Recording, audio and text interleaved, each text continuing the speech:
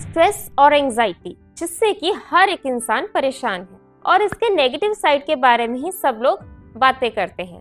लेकिन आज हम डिस्कस करेंगे कि क्या क्या इसके पॉजिटिव साइड्स भी होते हैं और किस तरह से ये आपके ऑर्गन्स को और मूड को बैलेंस आउट करके रखता है। आज हम डिस्कस करेंगे एक स्ट्रेस का ओवरव्यू। स्ट्रेस जो है ये काफी नॉर्मल चीज है और हर एक इंसान डे टू डे लाइफ में इस चीज से गुजरता ही है। और हमारी बॉडी ही भगवान ने इस तरह से बनाई है कि जब भी कभी बॉडी को स्ट्रेस होता है या फिर कोई भी चैलेंजेस या चेंजेस फेस करने पड़ते हैं, तो स्ट्रेस की वजह से हमारी जो बॉडी है उसे एक पर्टिकुलर सिचुएशन को अडेप्ट करना शुरू हो जाती है। और जब भी कभी किसी को स्ट्रेस होता है तो बॉडी में मेंटल और फिजिकल जो है रिस्पॉन्सेज आने शुरू हो जाते हैं। रिस्पॉन्स की बात करें तो स्ट्रेस रिस्पॉन्स पॉजिटिव भी हो सकता है और नेगेटिव भी हो सकता है। पॉजिटिव यानी कि मान लो अगर आपका किसी का टेस्ट है तो उस टाइम पे आपको बहुत स्ट्रेस होगा कि टेस्ट है, पता नहीं कैसा होगा, लेकिन अगर आपने वो टेस्ट अच्छा कर लिया है तो आपका स्ट्रेस उसी वक्त रिलीज हो जाएगा और आपकी बॉडी काम डाउन हो जाएगी। लेकिन वही दूसरी ओर जो नेगेटिव रिस्पॉन्स होता है उसमें क्या होता है कि अगर किसी इंसान को स्ट्रेस है तो काम डाउन होने का टाइम ही नहीं मिलेगा। वो लगातार उस स्ट्रेस को कंटिन्यू रखेगा और उसी के लूप में घूमता रहेगा और अपनी बॉडी को रिलैक्स होने का टाइम नहीं देगा, जिसकी वजह से बॉडी में नेगेटिव इम्पैक्ट आना शुरू हो जाएगा। बेसिकली जो स्ट्रेस के टाइप्स होते हैं वो सब डिवाइडेड है, जैसे कि एक्यूट, एपिसोडिक एक्यूट और क्रॉनिक। अगर बात करें एक्यूट स्ट्रेस की तो ये बहुत शॉर्ट पीरियड के लिए होता है, आता है और आने के थोड़ी देर बाद ही ये चला जाता है और हर इंसान इस स्ट्रेस से जूझता है अपने डे टू डे लाइफ में, और इसका रिस्पॉन्स या तो पॉजिटिव भी हो सकता है और नेगेटिव भी हो सकता है। वहीं दूसरी ओर जो एपिसोडिक एक्यूट होता है, इसमें क्या है, जब भी कोई इंसान एक्यूट स्ट्रेस से गुजर रहा है और उस एक्यूट स्ट्रेस को ही बहुत लंबा खींच के ले गया है तो वो एपिसोडिक एक्यूट स्ट्रेस में कन्वर्ट हो जाता है। और इस तरह के स्ट्रेस में जो बॉडी है वो काम डाउन नहीं हो पाती है। और ये स्ट्रेस उन लोगों में पाया जाता है जो कि कुछ ना कुछ ऐसे प्रोफेशन में है जिसमें वर्कलोड बहुत ज़्यादा है, कुछ वर्क कल्चर ऐसा है कि जिसमें स्ट्रेस बहुत ज़्यादा हो रहा है, या फिर हेल्थ केयर में ये स्ट्रेस होना बहुत लाजमी हो जाता है। ये जो स्ट्रेस होता है ये लॉन्ग टर्म तक रहता है, यानी कि कुछ हफ्ते से लेके कुछ महीनों तक ये स्ट्रेस रह सकता है। ये स्ट्रेस जो है कुछ पर्टिकुलर इवेंट से रेगुलेट होते हैं, यानी कि किसी को अगर फाइनेंशियल प्रॉब्लम आनी शुरू हो गई है, किसी के क्लोज वन की डेथ हो गई है, तो उस कंडीशन में ये जो स्ट्रेस है काफी लंबा चले जाता है। और अगर इसको टाइमली ना ट्रीट किया जाए तो ये किसी भी इंसान में बहुत ज्यादा हेल्थ प्रॉब्लम्स क्रिएट कर सकता है। अब बात करते हैं हम स्ट्रेस के सिम्टम्स की।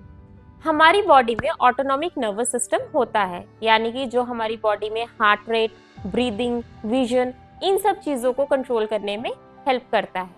और अगर किसी को बॉडी में स्ट्रेस होता है तो बॉडी में कुछ ना कुछ रिस्पॉन्सेज आते हैं जिसको फाइट और फ्लाइट रिएक्शन बोला जाता है।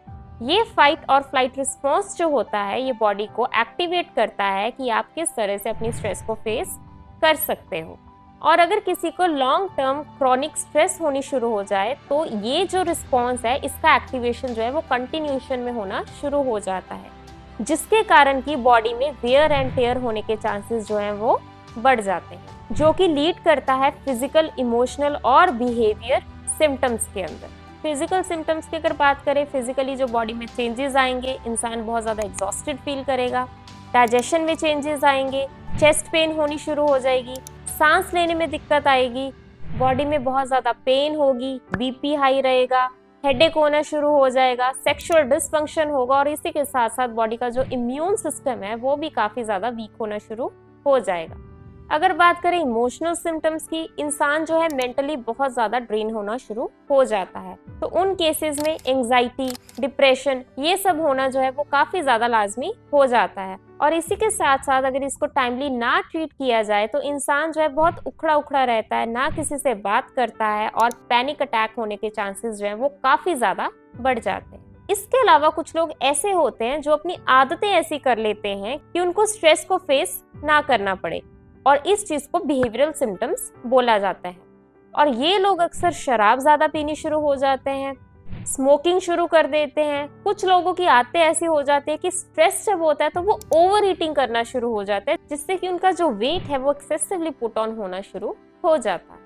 अब बात करते हैं कॉजेस की कि किसी इंसान को स्ट्रेस क्यों हो जाता है।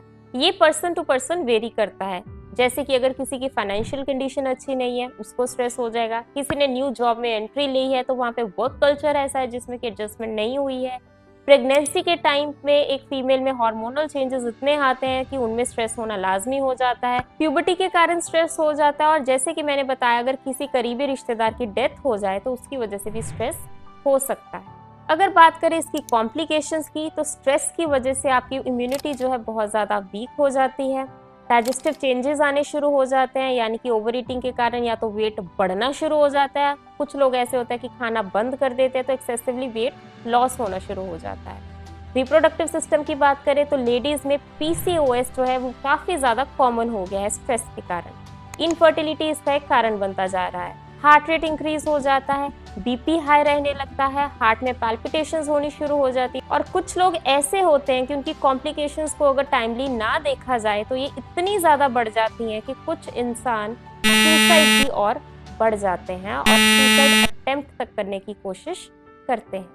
अब बात करते हैं इसके मैनेजमेंट की, किस तरह से आप अपने स्ट्रेस को मैनेज कर सकते हो और क्या क्या प्रिवेंटिव स्टेप्स ले सकते हो कि आप अपने स्ट्रेस से छुटकारा पा सको। सबसे पहले तो अपने लिए अच्छा सोचना शुरू कीजिए।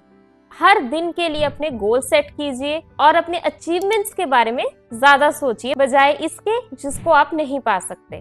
अपनी हेल्थ को जो है वो फिट रखिए, फिजिकल एक्टिविटी कीजिए, ज्यादा से ज्यादा योगा ज्वाइन कीजिए, ब्रीदिंग एक्सरसाइजेस कीजिए, जिम करिए, मेडिटेशन करने की कोशिश कीजिए और जो नींद है उसको प्रॉपरली लीजिए ताकि आप जब भी उठें बहुत फ्रेश माइंड से उठें और अपना दिन जो है अच्छे से बिता सकें।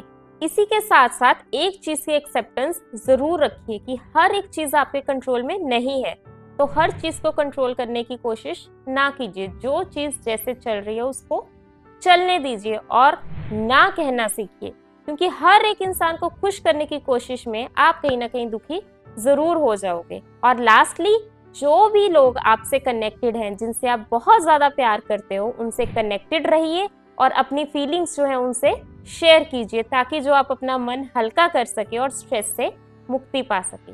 तो आज के लिए सिर्फ इतना ही। होप सो वीडियो आपको अच्छी लगी हो। नमस्कार, मिलते हैं नेक्स्ट वीडियो।